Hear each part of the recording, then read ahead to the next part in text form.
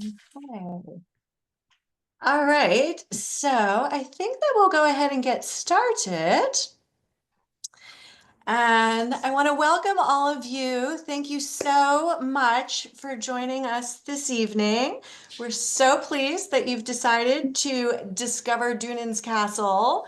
And we're going to hear a tale of preservation in the Scottish Highlands tonight. My name is Lori Comlin, and I'm the Assistant Director of the Forbes House Museum. Before I get into our further introductions, I did want to relay just a few Zoom tips for our time together. During the talk, we'll ask everyone to keep their microphones muted. But when Charles concludes his talk and opens it up for questions and answers, you will be free to unmute yourself. Or alternatively, if you have questions during the talk, you can always put those in the chat. The chat will be monitored, and then all of those questions will be relayed to Charles at the end of his talk. We are also recording. And so we will send a link out to all of the registrants as well in a few days' time. So on to the introductions. I wanted to give you just a brief overview of the Forbes House Museum if you're not already familiar with us. We're located in Milton, Massachusetts, on land that was stewarded by the Neponset group of the indigenous Massachusetts people until the 18th century.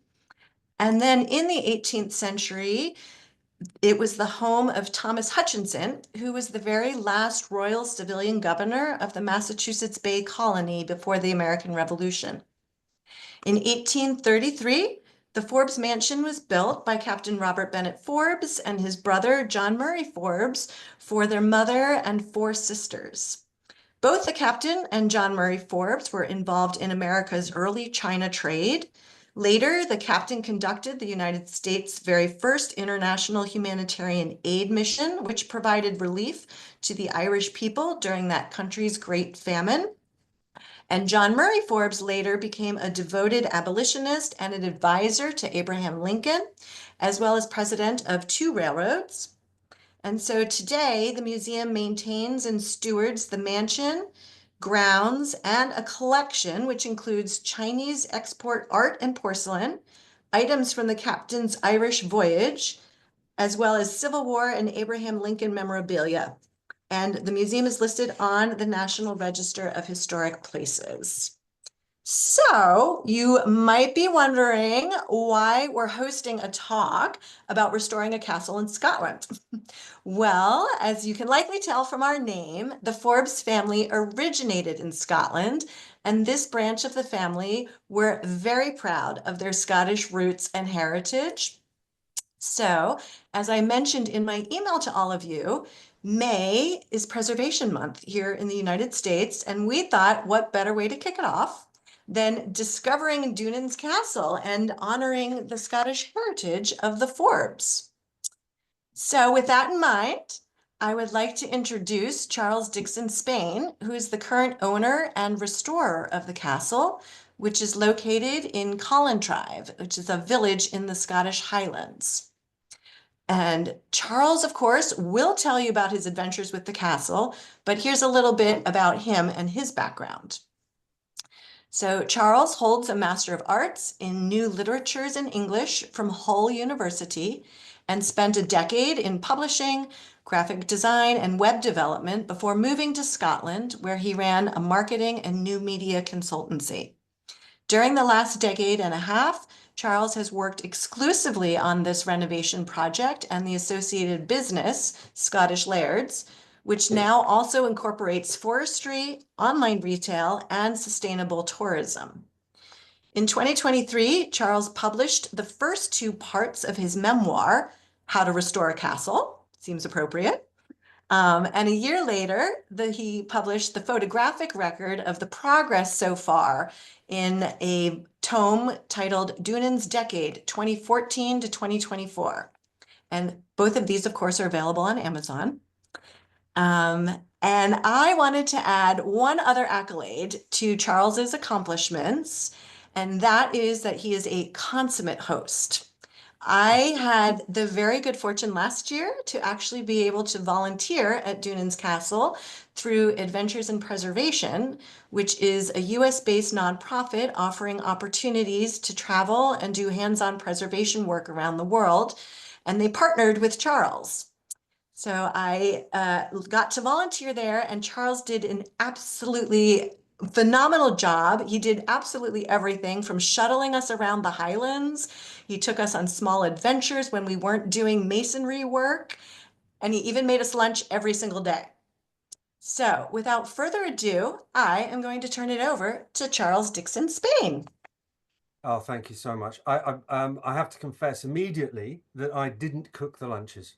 They were by my very good friend Kate, who is a fabulous caterer and has fed our volunteers over several fortnights now and does a fabulous job. So that's one accolade I can't take. However, it's wonderful to be here. Thank you all for making the time to listen to this presentation. So I have a slideshow. It's going to be some sort of 60 images or so. And what we're going to do is we're going to talk about how Sadie and I found the castle, the history of the castle, why it is that it is now a roofless ruin, and then after that, the progress we've made to restoring it, and also talk a little bit about how restoration is perhaps physical works, but it is also the works around making a place sustainable and giving it a future for in perpetuity, because I think that's one of the things that when we talk about the history, we learn that the building was not sustainable for the family who was living there in the long term. But we will come to that. I'm now going to share the slideshow, so you'll not see my face for a while. But if anybody can't see it, please let us know. So I'm just going to select that and share. Now, hopefully, you can all see that. So, Uh, Charles, I'm going to confirm that I can see it. And so Absolutely. hopefully everyone else can see it Okay. as well. Super. I'm going to presume that's the case, so we will move forward. So that's Dunans Castle. As you can see, it doesn't have a roof, but there's a fabulous view towards it. I'm going to move on to this that gives you an idea of the extent of the building. As you can see, there is a large roofless ruin, which is a 20-meter by 20-meter box. It's probably 60 feet by 60 feet by about 55 foot tall. So it's a significant size. And behind that is a roofed house. And that roofed house is where I'm presently sitting. In fact, you can see a lean-to the back right corner with two window lights. That's the room that I presently am in. And actually, the other thing to point out here is the ruin on the right hand side, which is Dunans Steading. And then between those and just to the north, or to the top of the photo, is the bridge. The bridge is going to figure quite a great deal in the story, partly because it is the only access to the site, but also because it was designed by Thomas Telford and is A-listed. Dunans is on the west coast of Scotland. In that big red circle, you can see Glasgow down there on the right hand side, and I think as long as you've got a fairly reasonable knowledge of Scottish geography, then you should be able to tell it is going to be on the wetter side of Scotland. In fact, we have so much rain that sometimes I wish it would stop. Having said that, over the last month we've had beautiful sunshine, so we felt very lucky, particularly after losing several trees to a big storm in January. When you approach Dunans from the roadside, you don't really know what you are approaching. You drive, and this is what happened to Sadie and myself. We were living in London and had always thought we would move to a rural location. And we were visiting my mother-in-law on the Isle of Arran. we had decided that we'd go further north and see my father, who lives in Oban. And so we were traveling along the A886. And along that road, there is the beautiful Glen of Glendaruel. And as it rises towards the watershed, we found ourselves confronted with a very large for sale sign. It was almost as if, as we had driven along the glen, thinking, this looks a really nice glen. I like those farmhouses. It's very bucolic, we thought, a sort of rural location that we might really enjoy living in. And to see a for sale sign, well, it made me lift my foot just slightly off the accelerator. And Sadie looked across at me and said, well, why not? Let's go and have a look. And on that decision, the last 25 years have rested. So we turned in and we drove down this drive, not knowing what we would find, thinking that perhaps we would find a steading, a farmhouse. Instead, we found this. And I paused, or actually stalled the car between those two first roundels, absolutely amazed at what I was seeing. We sat there for 5 minutes, not saying very much, and then turned to one another and nodded and said, yes, perhaps we should go and have a look. And perhaps we found a place that we might enjoy an adventure in. I'm not sure. I think both of us still feel we made the right decision. It's been quite stressful. There have been things that have happened which have been extraordinary, but it has certainly been an adventure. And part of the reason that we stopped is because this is a designed view. And this is where we get into some of the qualities of the building, which I think, or the site, which make it so attractive. So the bridge, which was built in 1815 by Thomas Telford, was commissioned by John Fletcher. And John Fletcher and his wife had an idea that they would extend their small house. And looking at this image, you can see the small house on the left-hand side. On the right-hand side is the building that they dreamed of. But to build that, they had to first create a crossing which would take all of those materials across the ravine. The ravine is some 45 feet deep. I think I've got a picture of it later on that you'll see the extent of it. They only had at the time a wooden bridge. So Thomas Telford, luckily, was building over 1,000 miles of road up the west coast of Scotland. And he happened to be talking with John Fletcher, who decided to commission him. And commission him he did. And it was built in 1815, as I've said. Locally, it is supposed to have been commemorating the Battle of Waterloo, where many Argyll and Sutherland soldiers had been killed. Whether or not that's true, I don't know. But what I do know is that it nearly bust the family. They nearly went bankrupt. It was such an expensive undertaking that they couldn't then continue with their project. And it actually ended up being their son, John's son, who actually built the castle. In the interim, and that's 50 years later, in the interim, the family planted the trees that frame the view of the castle. They were all planted in 1849 with trees that had been brought back from the United States by the younger family, who, funnily enough, lived over the hill in a large house called Benmore, which transpires is now the Royal Botanic Garden. So there was a multi-generation vision about what the family wanted to achieve at Dunans. If I give you the next slide, you can see what the building looked like at the turn of the century. The roof, the way that it sits upon that ledge, the ha-ha, the candle snuffer roofs. This is a classic Franco-baronial piece of architecture designed by Andrew Kerr and designed to accommodate a family of 6. We'll get on to that in a bit. I also need to show you the bridge itself, because the bridge is the most important item on site.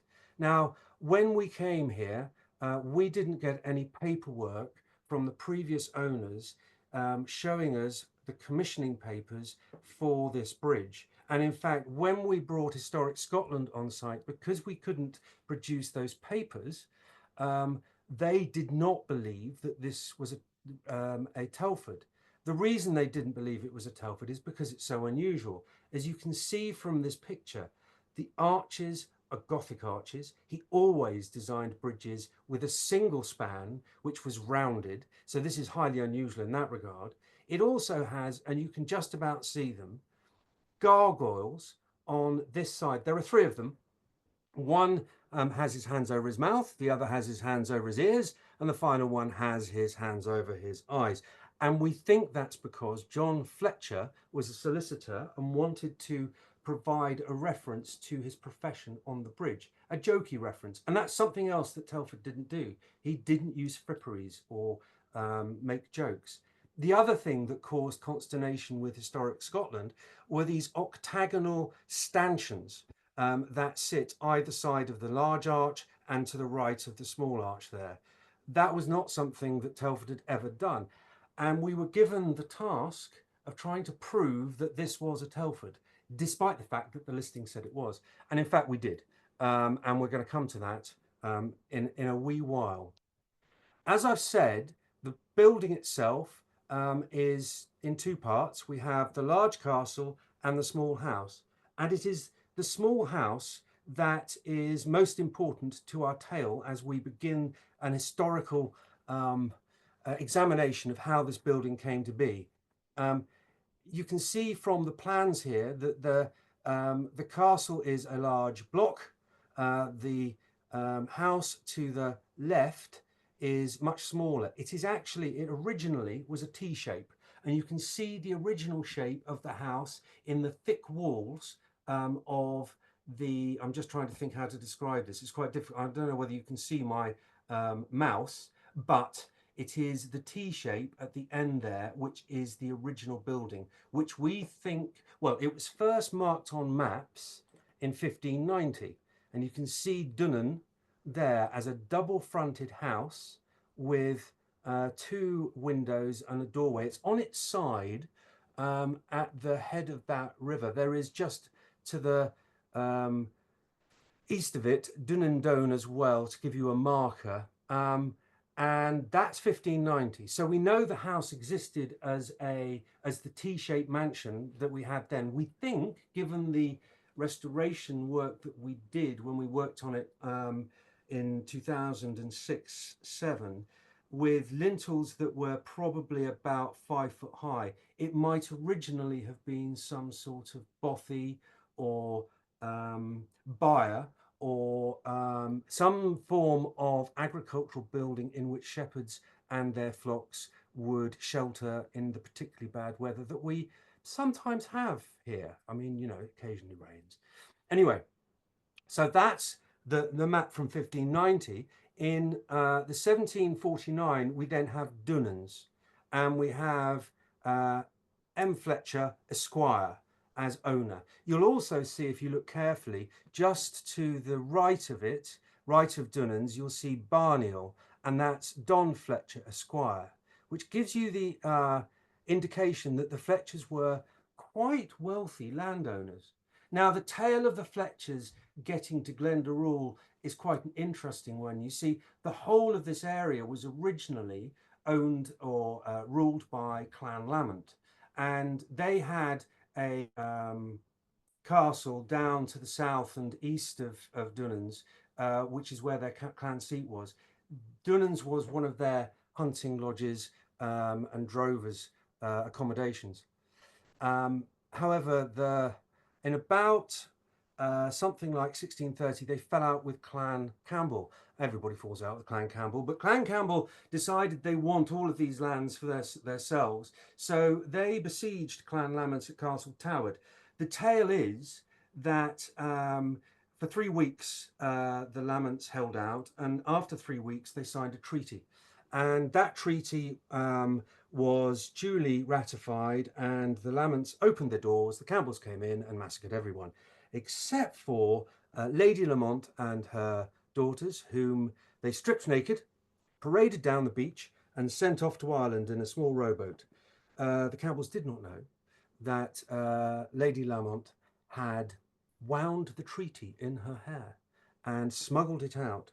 And so when she came back 10 years later, was able to prosecute the Duke of Argyll for his perfidy and retain some of their lands. However, Dunans was not retained and remained in Campbell hands of a family called the Blairs. The Blairs, however, were supporters of Scottish independence, and therefore, when independence faltered in 1745, they forfeited their property, and the property was Dunans plus around 40,000 acres.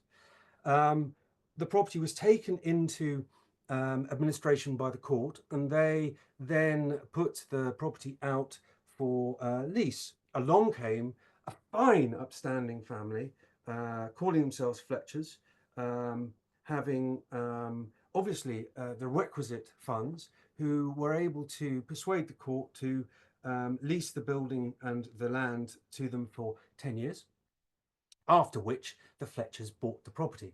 What the court did not know was that the Fletchers had recently been of a place called Achallada Castle in Glencoe, the Rannoch Moor. And unfortunately for the Fletchers, or the MacAlisters as they were known then, they had been thrown out by Clan Campbell. And they'd been thrown out of Clan Campbell not because they were particularly independence minded for Scotland, although they were, but because they had spent the previous couple of generations acting as a fence. Well, this is my story. I can't say that it's I'm not sure that the clan historians would agree with me, but what I divine is that the Fletchers were selling the stolen goods, the cattle and sheep, that the MacGregor clan had been stealing on the east coast and using the Fletchers to sell onto the west coast. That trade caught the attention of the Campbells, who didn't like it, and so threw the Fletchers out. The Fletchers, wanting to come to somewhere they knew was going to be friendly, came to Glendaruel and to Dunans, because just over the other hill is a place called Dunans Castle, where one of the most well thought of and high profile Scottish Catholic families lived. The Fletchers were Catholics as well. So the Fletchers come to Dunans and they decide that they are going to set up business as a legitimate drover family. And for 2 generations, they did just that. They made a great deal of money from droving. Their business was based around a contract with the Marquis of Bute, who effectively used the whole of his island to raise cattle. The Fletchers would then buy those cattle, bring them up the glen and around into the central belt, where they would sell them. They did so well that by the time we get to John Fletcher, the family had decided they weren't going to be drovers and they were going to improve their building. By the time we get to John Fletcher's son, Archibald, we start to see the family launder their reputation, shall we say, and find ways through the architecture of the building to establish their gentry, their qualifications, as it were. So here we've got some indications. On the left-hand side, we have Stuart and Fletcher. Now, this is the Stuarts of Appin, related to the royal family, and Le Chadoux, which is actually Gaelic for separate yet together. This is, given the blade that the 2 hands are holding, a martial alliance, and one which is celebrated on the curtain wall that people arriving first see. It is obvious that the Fletchers want you to have that impression of a family who have really made it. On one of the gables there is the coat of arms, and above the front door you'll see also the Fletcher family crest. You can't quite see it in that photo, but it is top right and bottom left, quivers of arrows indicating their arrow making history with ropes around all of that. Now, that's not to say that this is a naval family, but that the castle, when it was built by or from the proceeds of a very advantageous marriage. So I am told. And then on the right hand side, you have the Fletcher the Fletcher family crest, the bow and arrow, which surmounts the tallest gablet on the building. Let me just see if I've got what my next slide is. Oh, yes. So the family, I'll just go back to this slide. The family then built the castle with the roofs. Actually, let's have the antique photo. They built this castle in 1864 from a design by Andrew Kerr, who was an Edinburgh architect. The building was designed to accommodate the married couple whose master bedroom had its dressing room in that top room of the turret. All of the bedrooms were in the top floor because the family actually lived in the middle floor of the castle, and then the ground floor and the old house were used for servants' quarters, for guest rooms, and for services. The curtain wall, which you can see there just to the front left of the main building, is where the insignia I've just been describing is placed. And the reason you have a curtain wall there is not for defence. It is actually because in the courtyard behind that wall was the laundry yard. So for the High Higgins who were visiting John Fletcher and his son Archibald, they weren't confronted with the Laird Smalls as they arrived and came up to the front door, which is there in the middle of the front facade of the castle. The other important thing to say about the castle is just to look at the roof. Now, of the main part of the castle, you'll see that there are many ridges and that there are some big valleys. And that's really important in a climate as wet and as stormy as that of Argyll's. And it will become more important as time goes on. The family lived in the castle full time until the First World War, and that seemed to be a very happy time. We have tales of the family having a 21st in the corridor which ran right through both buildings. There were 80 guests apparently, and they had a ceilidh afterwards, and much whiskey was drunk. Of course, much whiskey was drunk. That's what you drink on the West Coast. Here's a representation of the estate from that period, and there you have, with the number 87, Dunans, quite clearly showing the size of the building, and there 85 is the bridge, with various other buildings all set around, and the two rivers, the Carl Glen to the top left, and the Garvey Burn to the right. There are all sorts of other archaeological items in this area, but the thing that I've always felt quite interesting is that Dunans as a name means either heap or fort, and this being in proximity to a Viking invasion and battle with the Glendarules in something like 1050 or slightly earlier, seems to me to be the strategic point, and why not put a building there. Moving on though, I want to come to the interwar period and the Second World War. So on the left hand side we have Jean McKellar from the 1930s, and this is when the building was used for holidays. It was rented out a couple of times because the family had moved over to Edinburgh. They were finding it difficult to make a proper income by staying in Argyll, so all the solicitors went over to Edinburgh to earn money. It was only after the Second World War, when that branch of the family had died out, that Colonel Fletcher and his family moved in about 1952. Now, Colonel Fletcher was a great and well-beloved man of Argyll. He became Lord Lieutenant, which is one of the highest ceremonial positions in any county. He was leader of the local county council. He was obviously a soldier. He had his wife, Helen, was also well beloved in the community, and they had 3 kids.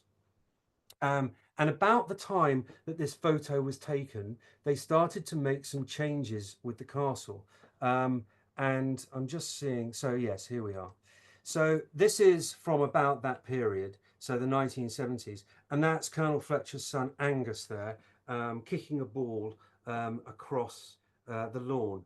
Now, as you can see, the building looks as though it's in reasonable nick. What you can't see, and what Angus told me when I met him about 10 years ago, he rang me up and said, Charles, we want to come to Dunans. And I said, oh, what, to see the castle? No, I don't really want to see the castle. What I want to do is show my kids where I used to make dens in the ravine, because I've told them so many tales about it. I've said that we'll come and have a visit. I said, fine, but you have to then walk with me around the castle and tell me what it was like to live here when you were a boy. And he told me 2 things. The first was that in the 1970s, there was a point where the roof was leaking so much because of these 2 huge V's in the roof that I pointed out earlier, that the whole of the top floor was soaked, and the family decided that they would have to move all of their rooms down to the middle floor and use the top floor as guest rooms. And then the ground floor then became their main living quarters. He said that it was a massive upheaval, but worth it. The other thing is that he and his friend Donnie, who lives next door still, used to go around with their BB gun, their air rifle, and take pot shots at all of the lead finials on top of the candle snuffer roofs. There's one which I swear I can still see the pellet marks on them. Boys will be boys, I suppose.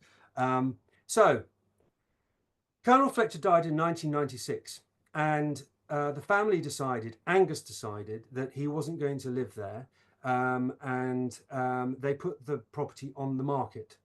As Angus said, why would I want to give up a job in California with the Jim Henson Corporation to move to rainy old Argyll? So the property was put on the market, and it was sold to a gentleman who wanted to run it as an old folks home. It was sold with 250 acres, and those 250 acres are really uphill and to the left on that picture. All that woodland was entailed with it.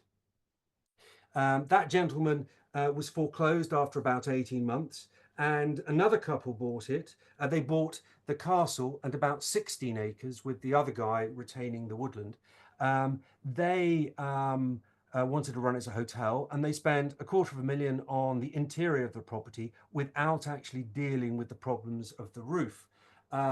They opened in early 2000 to great acclaim.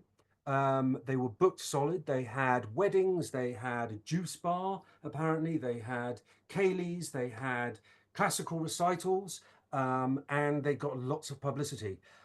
Great for a newly started business. The problem was that in the August of 2000, Argyll and Bute Council came along, the planning department, and said, this is wonderful, we love to see new businesses, but you do not have planning consent to run as a hotel.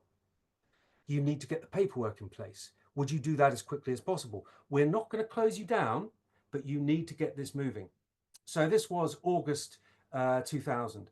In September 2000, they installed a fire alarm. The fire alarm spends that autumn going off left, right and centre, because people still smoked indoors. There was often toast burnt, but mostly because as a large building, as a large Victorian building with single glazing, it was quite cold. And so the guests liked to have the fires lit. And the problem with the fires and the flues was that the flues would leak, and the flues leaked smoke into the building. So the smoke would set off the fire alarm, and that then meant that everybody ignored the fire alarm when and as. The other thing that they were told to do was line the chimneys to stop this happening. And the last thing was to put a 5,000 gallon lake in the field behind the castle. Actually, you can see the field behind there. There is no lake. They didn't get to it. On January the 13th, 2001, their luck ran out. They had a stag party who had had a lovely evening in Dunoon, who went out, came back, all rather worse for wear. One chap who was sleeping in the top of the castle went to bed. Because he was quite drunk, he ignored the hostess's instructions not to light anything in the grate, found a potpourri and lit it, and then promptly fell asleep. The fire alarm went off fairly much immediately because unfortunately that flue had never been tested and let itself into the attic area, the roof space. It caught quite considerably, but nobody, of course, was able to nobody raised the alarm because everybody disbelieved the fire alarm until somebody went outside and had a cigarette and looked up to the roof and saw sparks flying. The roof was lost immediately. The owners rang up their insurers the next day, and because they didn't have the paperwork, were not insured. They tried for 6 months to put a temporary roof on the structure. They couldn't do it. They couldn't afford it, and that's when they put the building on the market. And in 2002, that's when Sadie and I found it. We managed to get to buy the castle in 2003. And these pictures kind of give you an idea of the state of the building. Beautiful, but terribly maltreated. Here's a photo of the back of the building. You can see both the overburden in the main part of the castle, but also the state of the roof of the house and the lean-to at the back there, and also the ground around it. So it was really in a fairly parlous state. The overburden was quite extraordinary. This is in what was the library. I'm presently standing on this rubble, and my knees are at lintel height of the doors. So it's a good 6 to 8 feet deep. Here's another view. And as you can see, this is after 3 or 4 years. The bracken has all come up. There's moss everywhere. It gives you a real idea of the devastation. This is not to say the grounds aren't beautiful, and we have been very lucky. The sort of the lovely thing is that even though we have at the centre this ruin, the grounds provide us with a level of solace, I suppose you'd say. I would also point out there are the bluebells, which are just coming out now. So if you ever want to come to Dunans, May is wonderful, as is on the left-hand side, September. In the middle is winter, but you can also see our tallest tree, which will play a part of the narrative shortly. Here are photos of the bridge as it was before we'd done any work. You can see how much foliage is on that, as well as here. So all this foliage is starting to disrupt the structure. You've got the great arch there, which we are going to be working on in September, and the small arch there, which the AIP jammers dealt with in 2019. When we moved to Dunans, we moved into a garden shed, which we fitted out, and we spent 4.5 years in there. We acquired 2 daughters, 3 dogs, 2 cats, and not a little bit of cabin fever, I suspect. However, there are our daughters. That's the christening, about 2 or 3 years in at the local Clachan. Gives you an idea. Yes, we'd made it. In 2006, and I'm rattling through these because I want to get to the really important bit about what we're going to do. This is the restoration of the house, which we completed in 2007 and which we did entirely privately. I've got a picture of the slate there because the slate is a major component of the challenges that restoring the castle will give us, because those slate are all recovered from old buildings because they're no longer quarried in Scotland, anywhere in the world. And to get the right look on the roof, we need to use those slates. I also want to highlight at this time, my lovely wife began the Walking Theatre Company. Here she is playing Lady Macbeth in the grounds of the castle. And this business started in 2005 out of necessity and out of the fact that we were in the middle of Argyll, taught me a great lesson about being innovative and finding ways of using what you have, what is around you, to create a sustainable income, or even better than a sustainable income, that would then allow us to stay at Dunans and make sure we can restore the castle. We moved into the house, and there is the roof with that slate. We moved into this house, as I said, in 2007, and actually spent the 2 coldest years I've ever spent anywhere, because it was soaking wet after about 30 years of being uninhabited.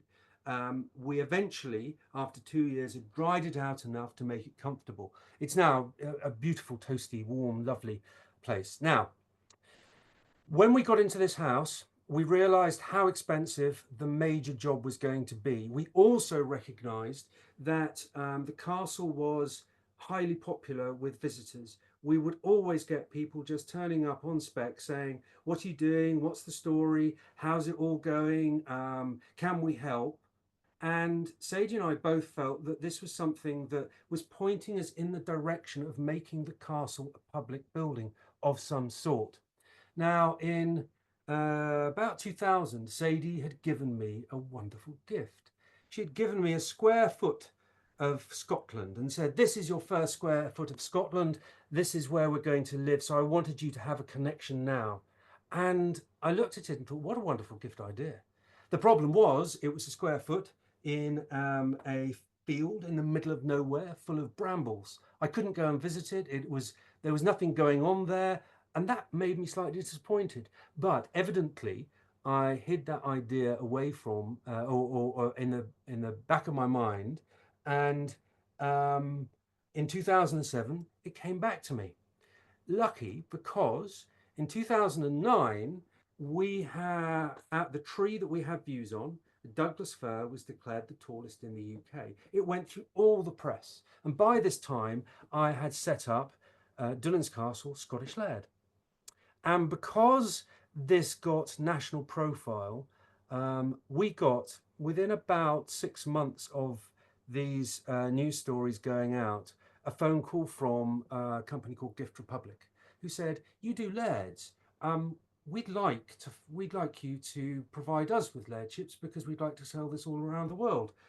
And I thought, wow, that's amazing. They said, we saw the story about the tallest tree and then looked at your project and thought, this is wonderful. About 6 months after that, Groupon did the same thing. I got a phone call from Groupon UK who said, actually, we love this. This is a great project. We've seen it in WH Smith, of all places, and Walmart, and we love it. We want to get involved. Can we do a voucher scheme? Those 2 contacts out of the tallest tree gave us the profile that then allowed us to move on to the restoration in a proper, thoroughgoing sense. So in 2013, we commissioned Robin Kent, heritage architect, to begin the process of getting us towards the restoration of the bridge and the castle, because we now had a bit of budget. We had some funding, we had some income. And he wrote a conservation plan, which then, using my skills that you were given in my biography, created a book, the Conservation Plan for Dunans, in 2014. We've sold over 6,000 of these, and it gives you the basics of the plan. In particular, and there are some photos there that you'll have already seen, but in particular, a plan for the bridge.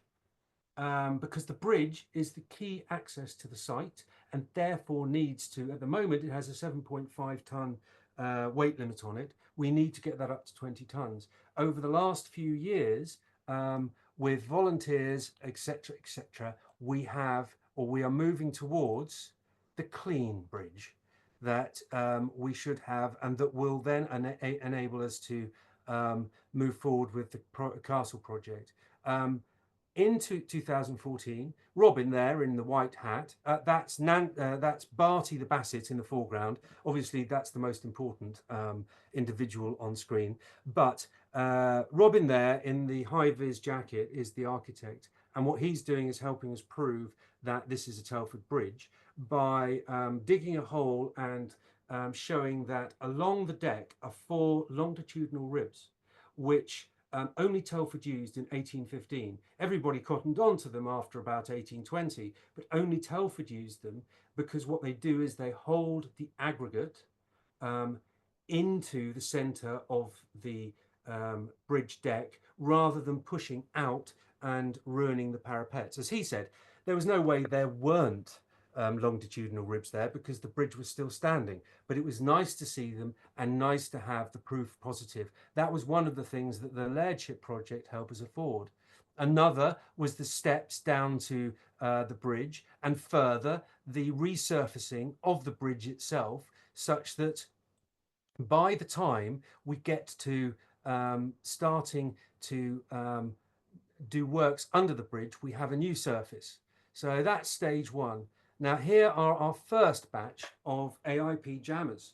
Now these guys were here in 2018, and their job, well, there were 2, was one to deal with the parapet walls and re-point them on the inside, and then also there were some steps that the gentleman there with the barrow and his lovely wife rebuilt just in front of the castle. I don't have that photo, unfortunately. And then in 2019, this crew, including some of the people from 2018, got underneath the bridge and started filling the cracks with lime cement. They did a stunning job. It was really, really fun to watch it all go ahead. And by the end of that particular project, we had one of the 3 arches restored, which was wonderful. We entertained them. We had guitars and we had barbecues and we had all sorts. And we do those sort of things with all projects. Although, actually, I now tend to take people to the pub because there's draft Guinness and things like that, which obviously I love.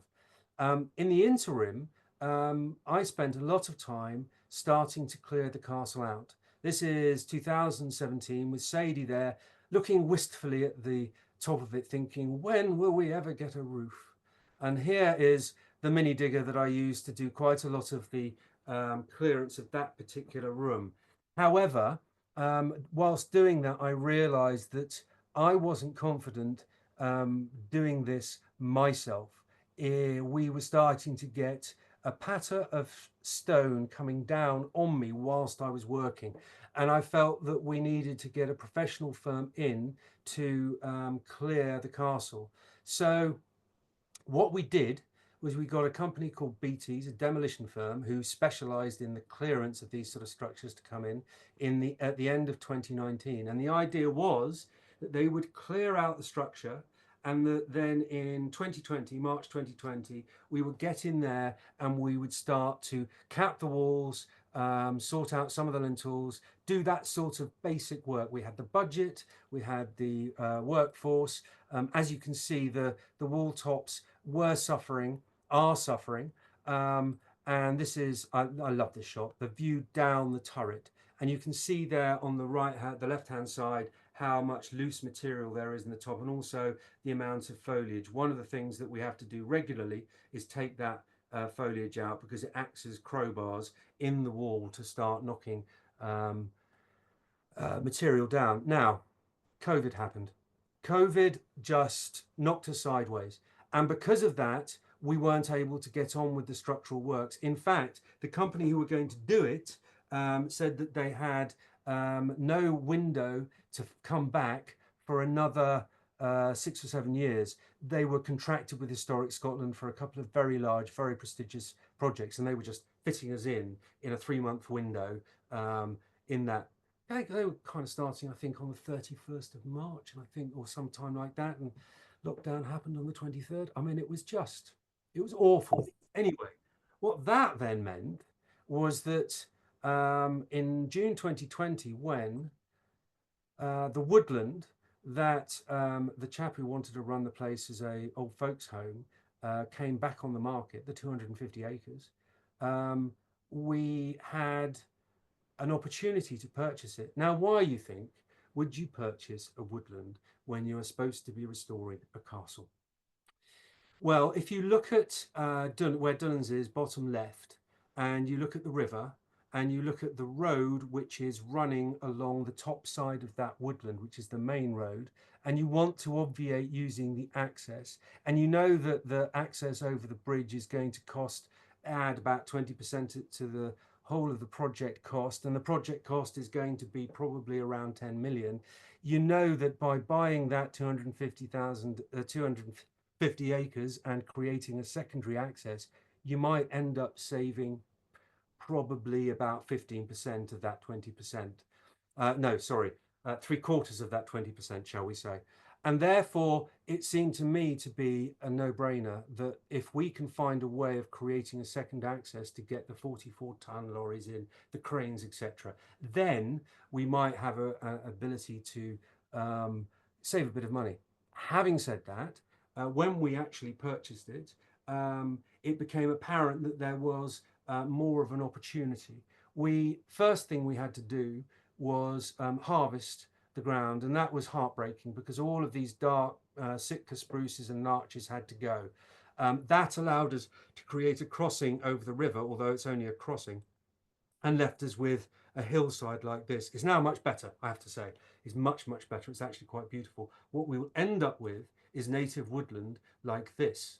And the idea is that this native woodland, once planted, will provide us with a carbon offset project so that we can generate the capital to continue the project. And I'm going to talk about the continuation of the project in a minute. I just want to do some photos of our lovely volunteers. Here's the curtain wall being restored. And again, they're doing such a fabulous job. They're having such fun. We have here a couple of volunteers plus Eland in the high-vis jacket repairing one of the roundels that got knocked about by a truck that came over the bridge. Shouldn't have come over the bridge. He got told off.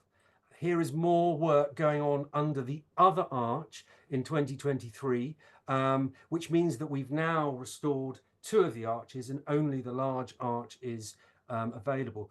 And this, I love this photo. This is a photo of one of the groups, including Judith, who are outside Mount Stewart. And Mount Stewart is potentially what I think is the most gorgeous stately home in the UK. I mean, obviously leaving aside Dunans because I'm biased, but this is amazing. And it's on our doorstep and we go and show our volunteers they do a tour and it's just amazing, absolutely amazing.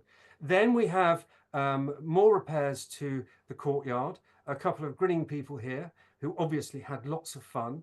And the final tranche of refilling this curtain wall happened very recently, and there are some backs there that some people will recognize, I suspect. So all of the jamming goes on, and what it does is it provides improvements to the fabric of the building. It's really good fun. It gives me and Eland there a real charge because Eland gets to teach people who are willing, able, and really interested. He gets to talk about esoteric things like lime cement and dry stain walling and all of that good stuff. And I get a bunch of people who are so enthusiastic about historic structures that it reinvigorates me. And I completely love that. Now, I want to go on to the future. And it's going to be another 5 minutes, I suspect, just so everybody knows. The future is a woodland on the hill. So there's Dunans. The brown areas are where we're going to replant, and those smaller numbered areas are where we're planting sponsored trees for all our lads and ladies.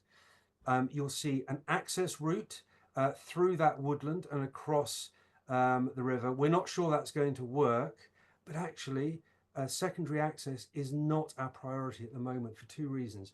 The first is that area of yellow and red is where we're going to have our carbon offset, and that carbon offset is going to provide around 25,000 tons of carbon, and that's going to provide us at maybe $15, perhaps $20 a ton, a significant boost, which is going to allow us to do 2 things. Now, I'm going to show you the conceptual plans that were produced by Robin Kent in 2016 to give you an idea of where we went if we were going to do the project as a single project. And I have to say, now looking at them, I think we change it again. But the idea is that we would have a ground floor with a lovely large entertainment space with a green room, which would actually be for lads and ladies, and a circular staircase, etc., etc.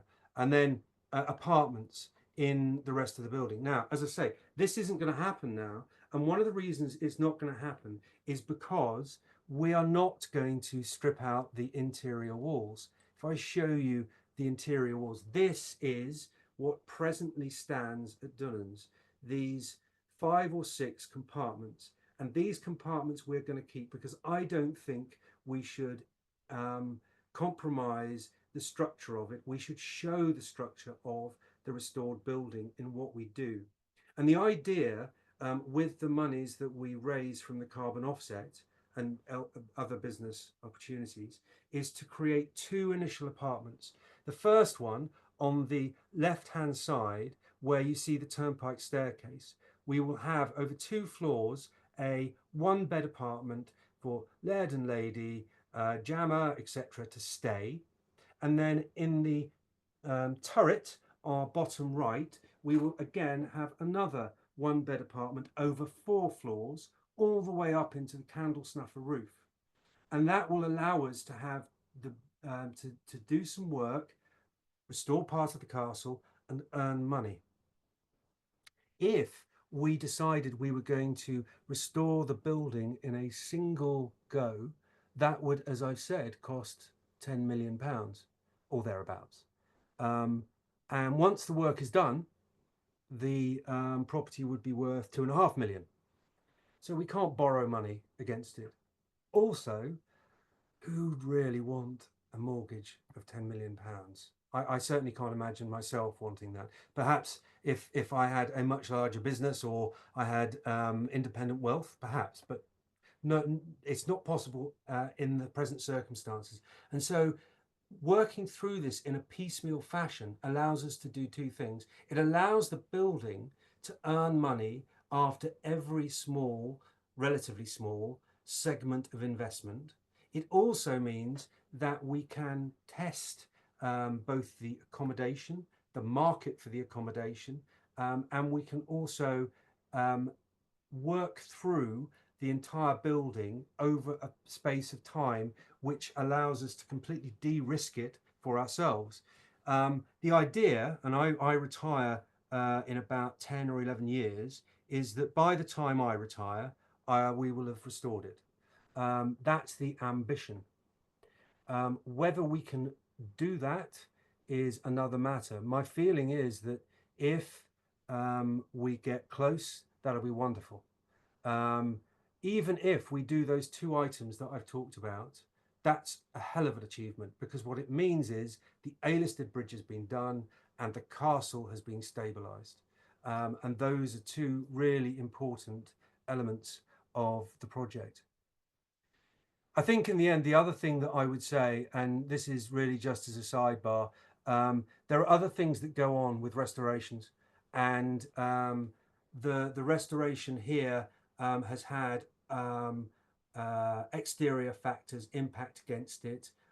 We've had neighbours who have not particularly conducted themselves very well, and it has taken us over 20 years to sort those problems out as well. So there is not only the physical restoration, there is the restoration of the deeds and all of the legal appurtenances around this sort of building, plus also there is a restoration of sustainability. And if we can, by restoring this building, make it a sustainable visitor attraction held in trust for all of these lairds and ladies who have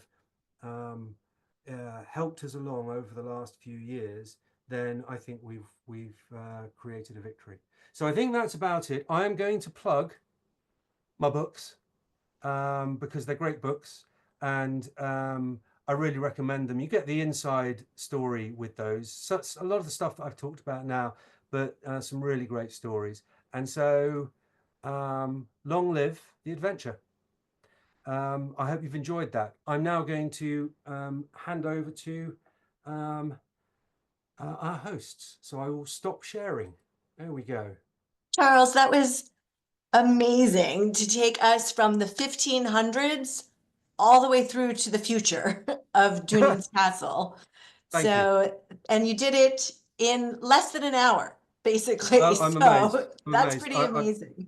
Thank you very much. It's wonderful, actually. Just as I was saying about the volunteers inspiring me, actually to do this is inspiring me. It re-energizes me. So thank you for the opportunity. It's been great. Thank you. And I wanted to just explain to everybody, Charles kept using the word jammers, and that is a specific term for volunteers through the Adventures in Preservation program. They do refer to themselves as jammers. So if you were curious as to what that was, um, that's a little definition. But Charles, I did want to ask you, you also mentioned Eland a Yes. few times without necessarily describing who he is. And I wanted to make sure he got his due because he has been a huge part of your preservation project and Yeah. a guide. So I just wanted to give you a chance to maybe explain who Eland is and how he might be sort of an expert to help you understand your So building. Yeah, and this is one of the reasons why the AIP thing has been such a joy.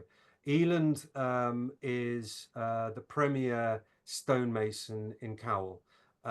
He is one of perhaps 15 or 20 at the very top of their game in terms of rubble built buildings in the whole of Scotland.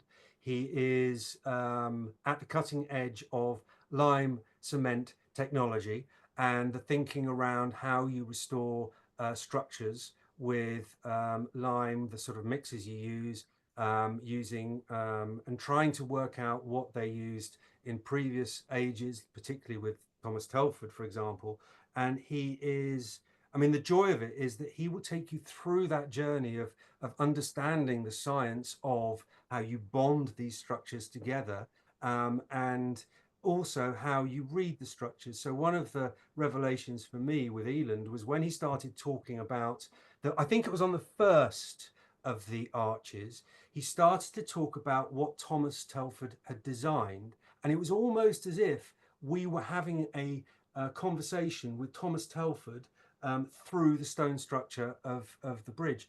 So for me, Eland is inspirational. He is absolutely essential to what we do because he takes care of all the volunteers while they're on site and gives them such a level of insight into these historic structures. It is extraordinary. He's also a really nice bloke, and he's got a dog called Hector and a son called Sandy, who are both stars, but Hector's the really important one, obviously. Obviously. Charles, there was a question for you if there are any ghost stories about the property. Oh, ghost stories. Okay. All right. Now, do you want the long or the short? Okay. So there are three ghosts that I really talk about Dunans. The first was I met a builder who'd worked on the castle when it was being renovated to be a hotel. And he said, it's a really odd thing. We used to every day go up and down those stairs, and every day we'd be just stepping over these two dogs that were lying under the bottom step, and we kept doing it. And after a while, we just got so knocked off with it. We said to the lady, listen, could you move your dogs? She said, I don't have dogs. What dogs? So that was quite an interesting one. And um, it kind of speaks to a building that's been inhabited for a long time. There's obviously the story of Uncle Cyril. Uncle Cyril was well known to everybody in Glendalough, not to myself and Sadie. Had we known who Uncle Cyril was, I think the mystery would have been solved sooner. So the red shed that you saw was surrounded by rhododendrons. And over the first year or two, we cleared those rhododendrons.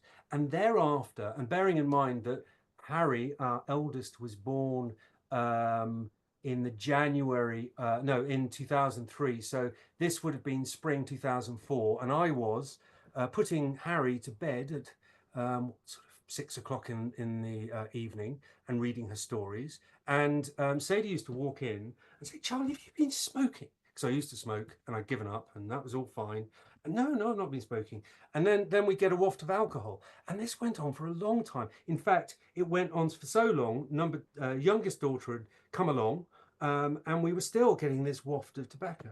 And then we started to see this stooped gentleman walking around in blue overalls and a tight blue hat, just occasionally out of the corner of our eyes.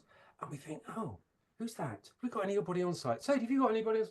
I don't, so we kind of, okay, one of us has got it wrong. It's in the diary, whatever. And then I had a girl working for me called Kirstine, who was actually making herself a cup of tea at the sink in the kitchen, and said, "Oh, is somebody on site?" Now I knew at that point there was nobody on site, so I said, "No." She said, "Chap has just walked past in," and I said, "In a blue overalls and a beanie," and I poked my head out. No, there was nobody around. But up the track came Donny, who I've talked about earlier, who was friends of Angus, and he used to come over for a cup of coffee. And he comes in and we said, "We've just seen this chap walk round the back of the red shed." He said, "Oh, describe him." And we described him. He said, "Aye, that sounds like Uncle Cyril." "Oh, Uncle Cyril, who's he?" "Well, he died about 20 years ago." Oh, and then I said, so tell us about Uncle Cyril. And apparently, Donny said, "Well, he had his potting shed about where your bedroom is, at the end of a thing, and every evening at about 5:30, 6 o'clock, he used to go in there and he used to have his can of special brew and his cigarette, and he'd smoke those and drink that, and then he'd come into the house about 6:30. That's what we had been smelling for the previous 2 years. We'd been haunted by Uncle Cyril. So there you go, two ghost stories. There is apparently a grey lady who serves There's you always a tea. gray lady. There's always a grey lady who serves you tea at 4 a.m., but I've never seen her. One of my brothers claimed to have slept here and seen her, but I think he was just pulling my leg. So there you go, ghosts. Yes. And at this point, if anyone would like to ask Charles a question, you should be able to unmute yourselves. You can turn on your video if you'd like and ask a question. I know there's a few more in the chat, but I wanted to give people a chance now if you wanted to ask Charles a question. Please do so. I have a question. Oh yeah. Julia, go ahead.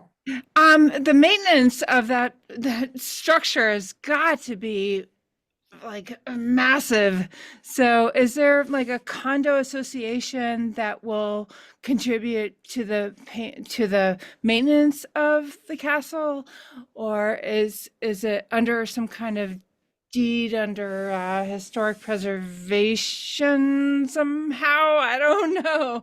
Okay, so I'll give you the kind of context. So number one, it's a B-listed castle, so we have to make sure that its exterior is maintained as much as we can, and then restored into something that as it was has always been. In terms of its maintenance, the idea is that when we restore it, each of those sections will be used as apartments for people to rent, and that rental income will maintain the property. And the idea is that we set that up as a trust so that it runs in perpetuity and maintains itself in perpetuity. The other thing about it is that when we create anything in the castle, it will be sustainable and it will be replaceable, and we'll make sure that it uses technologies A, that are appropriate for a Victorian building, but B, will ensure that we're not going to be having the similar problems that the Fletchers did. I mean, I have to say, in the 1970s, no, 1980s, they got a roofing company in to give them a estimate on repairing the roof, and it was something like $250,000, and they just couldn't afford it. And so Colonel Fletcher, whenever they had dinner parties, still had to get up every time it rained to empty the buckets. So we're very aware that there's that sustainability thing, but we are going to, because we're going to do this rental model within a trust, then that income should make a sustainable income for it. Thank you. Anyone else like to ask a question? Otherwise, I can go to the other ones in the chat at the moment. All right, Charles, there's a question in the chat to ask if there were any interesting artifacts that were found within the materials that were cleared out of the rooms. So it's well, I think the thing is that had the Fletchers been in residence at the time of the fire, then there would have been two things. There would have been the door of Acolada, which was the castle door that they took from Acolada Castle and brought it all the way to Dunans. And the second thing, there was a plaque on the first story landing, which showed that very event with the McGregors and the Fletchers walking across the Rannoch Moor with the door carried between them. As for what we actually found, because it was a hotel, we found several canteens of cutlery. We found a stuffed badger, which one of our Basset dogs particularly enjoyed, dragging out and disemboweling all of its green fur.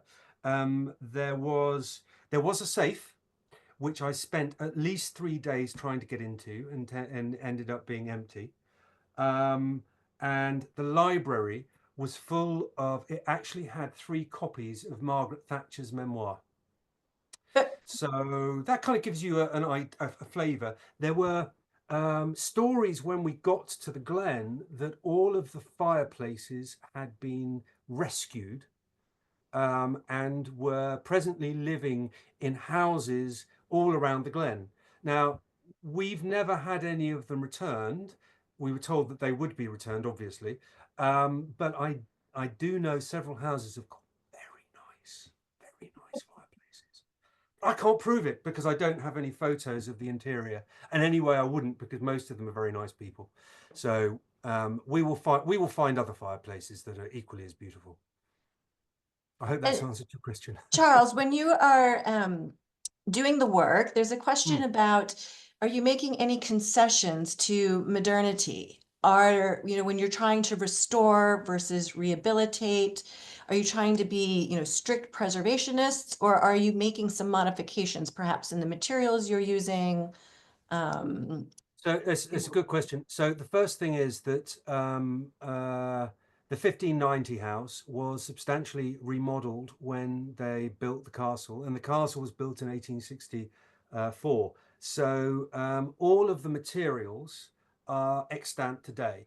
In other words, all of the plaster, all of the ceiling roses, all of the architraves are available to us now.